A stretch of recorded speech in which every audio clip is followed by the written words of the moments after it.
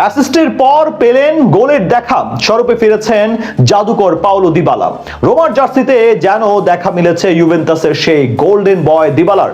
Injury থেকে ফিরে সে এই আর্জেন্টাইন হয়ে উঠেছেন আরো অপ্রতিরোধ্য, আরো দুর্বার।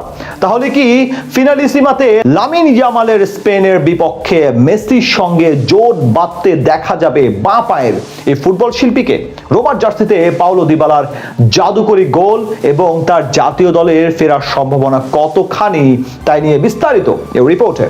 ইনজুরি সবার কাছে অপ্রিয়। ইনজুরি ডেকে আনতে পারে কারো অন্তিম ক্ষণ। একজন আর্জেন্টাইন জাদুকর যাকে বলা হতো দ্বিতীয় মেসি, সেও হারিয়ে গিয়েছে এই ইনজুরির স্রোতে। বলছি পাওলো দিবালার কথা। তিনি তার ক্যারিয়ারে ইনজুরি মুক্ত সময় খুব কম কাটাতে পেরেছেন, তবে এই ইনজুরির ফাঁকে ফাঁকেও নিজেকে বারবার প্রমাণ করেছেন। চলতি সিজনের লম্বা একটা সময় ইনজুরি কাটিয়ে কিছুদিন আগে মাঠে ফিরেছেন তিনি।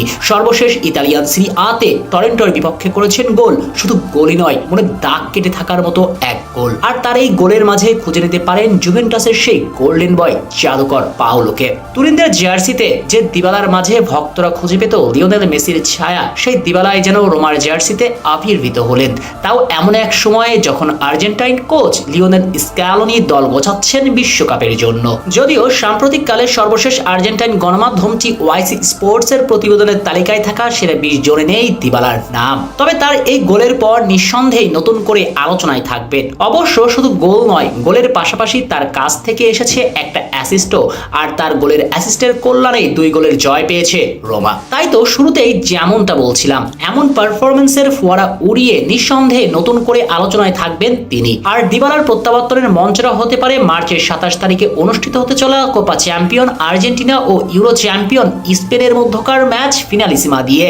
কেননা ফিনালিসিমাকে সামনে রেখে আর্জেন্টাইন বস লিওনেল স্ক্যালোনি ছক কষছেন এখনো। সে ছকে দিবালার নামটা এখন অবধারিতভাবেই চলে আসে, কারণ লিওনেল স্ক্যালোনি সবসময় দলে 2 থেকে 3 জন অভিজ্ঞ ফুটবলার নিয়ে মাঠে নামেন। আর বর্তমানে মেসি অটামেন্দির পরে পাওলো দিবালার মতো অভিজ্ঞ ফুটবলার আর একটিও নেই। তাই তো পেতে পারেন ফিনালিসিমার জন্য দলের ডাক, যোগ দিতে পারেন মেসির সাথে। কিন্তু দিবালা দলে ফিরলে তার পজিশন হবে কোথায়, সেটাই তো বড় প্রশ্ন। চলুন সে প্রশ্নের উত্তরটাও খোঁজা যাক। দিবালাকে বারবার মেসির রিপ্লেস বলা হলেও তিনি পারদর্শী অ্যাটাকিং মিডফিল্ডেও। তাই আর্জেন্টাইন বস চাইলে তাকে দিয়ে চালাতে পারেন অ্যাটাকিং মিডও, অথবা সেন্ট্রাল অ্যাটাকিং মিডফিল্ডার রোলে খেলিয়ে মেসিকে রাইট সাইডেড প্লেমেকার হিসেবে ব্যবহার করতে পারেন স্ক্যালোনি। সেক্ষেত্রে মেসি তাকে স্পেস তৈরি করে দেবেন আক্রমণ ভাগে। অবশ্যই এক ম্যাচের পারফরমেন্সের ভিত্তিতেই দিবালা যে আকাশ নীল ডেরাতে ডাক পাবেন তা নিশ্চিত নয়, বরং এই মৌসুমের বাকি পথ ধরে রাখতে হবে এই পারফরমেন্সের ধারাবাহিকতা। তবেই মন গলতে পারে স্ক্যালোনির। তরুণ নিকো প্যাচ, মাস্তান তুওনোদের বাধা টপকিয়ে হতে পারেন স্ক্যালোনির বিশ্বকাপ দলের সঙ্গী। বলে রাখা ভালো, আগামী মার্চের প্রথম সপ্তাহে ফিনালিসিমা দল ঘোষণা করবেন লিওনেল স্ক্যালোনি। তার আগে যে কয়টি ম্যাচের সুযোগ পাবেন সবখানেই নিজেকে মেলে ধরতে হবে এই তারকার।